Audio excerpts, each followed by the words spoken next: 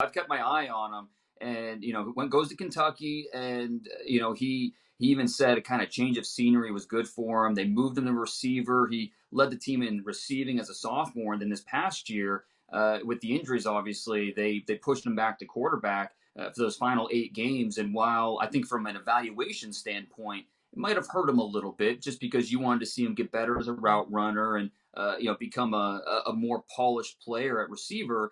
Kentucky went 6-2 down the stretch with him at quarterback. So he averaged 7.9 yards per carry, which set a school record. And that's saying something considering he's in the SEC and everybody knows he's going to run it more so than he's going to throw it. So really impressive season. But it does make it tough on evaluators because you're trying to figure out, okay, what kind of hands does he have? As a route runner, we know what he can do when the ball's in his hands, but can he be a more seasoned route runner? So there are questions, no doubt. But I tell you, there are no questions when, as for him as a ball carrier, he's fantastic. The lower body power that he has, he can break tackles.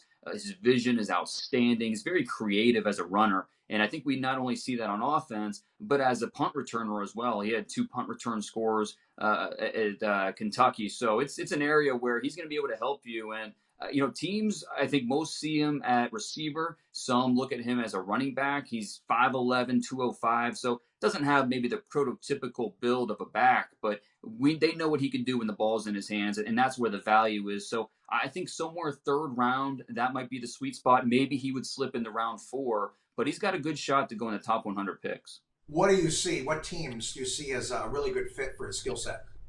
I think you look at different teams that are creative on offense that aren't afraid to use their slot receivers, motion them into the backfield. I think even a team like Seattle, I know they've shown some interest in him. Even a team like the Browns, it'd be great to see him.